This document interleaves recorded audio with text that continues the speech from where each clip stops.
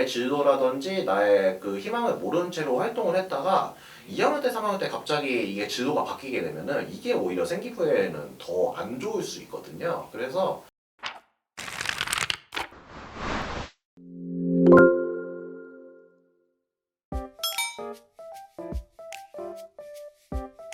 일반고를 다니는 친구였는데 4등급 때 이제 후반 정도 되는 친구였거든요.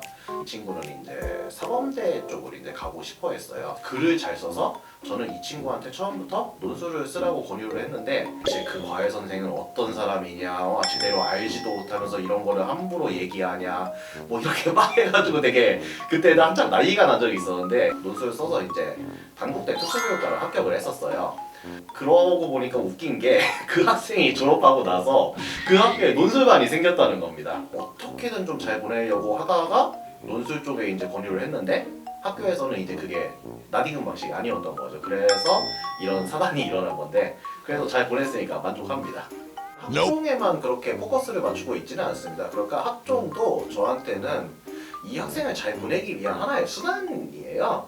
학종으로 이제 유명한 학교들 보면 이제 이런 경우가 있어요. 뭐 제가 있었던 학교 같은 경우는 중앙대를 학종으로만 90명을 썼거든요. 그 90명 중에서 붙는 친구들이 과연 몇 명이나 되겠냐는 거죠. 한 11명 정도가 붙었는데 더군다나 이제 여기서 발생하는 가장 큰 문제는 뭐냐면은 여학생들 같은 경우, 특히 문과에 있는 친구들 같은 경우는 지망하는 과가 되게 많이 겹쳐요.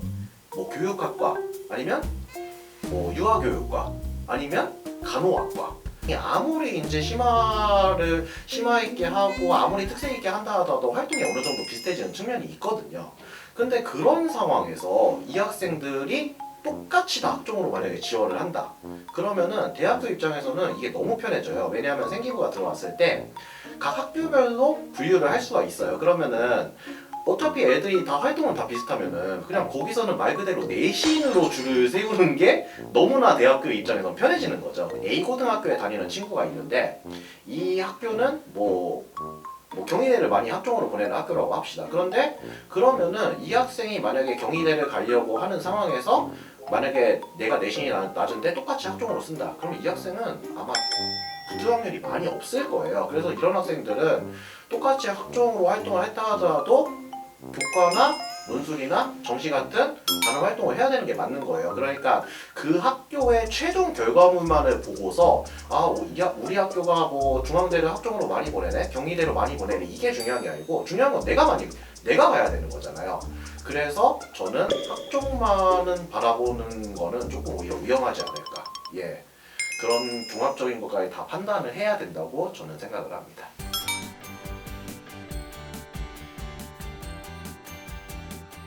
저는 학교에도 있었고 학원에도 있었는데 이제 뭐 교육을 하시는 분들이라면 다 아마 경험을 해보셨을 거예요. 이제 맨날 이제 뒤에서 잠만 자는 친구들, 이제 수업료를 비싸게 내고서 학원에 왔는데도 왜 저 친구는 잠만 잘까 해서 그런 친구들하고 얘기를 하다 보면은 본인들이 이제 왜 내가 이거를 해야 되는 건지 뭐 이런 고민을 가진 친구들도 있었지만 일단은 그것보다도 해도 안 되겠다 이런 생각을 든 친구들이 많더라고요. 학생부 이제 종합전형 같은 경우는 이제 1학년 때, 2학년 때 쌓아온 성적 같은 것도 되게 중요한데 고3 되고서 이제 내가 그것을 바꿀 방법이 없구나 이렇게 좀 절망해서 안 하는 친구들이 있었는데 제가 사령관을 하면서도 이제 생기부를 이제 보고서 이제 평가를 하잖아요. 보고서 이제 평가를 하다 보면은 1학년 때는 그래서 크게 그렇게 많은 의미를 두지는 않았어요. 고1 때까지의 세특은 어찌 보면 이제 큰 의미가 없을 수도 있다고 생각을 해요.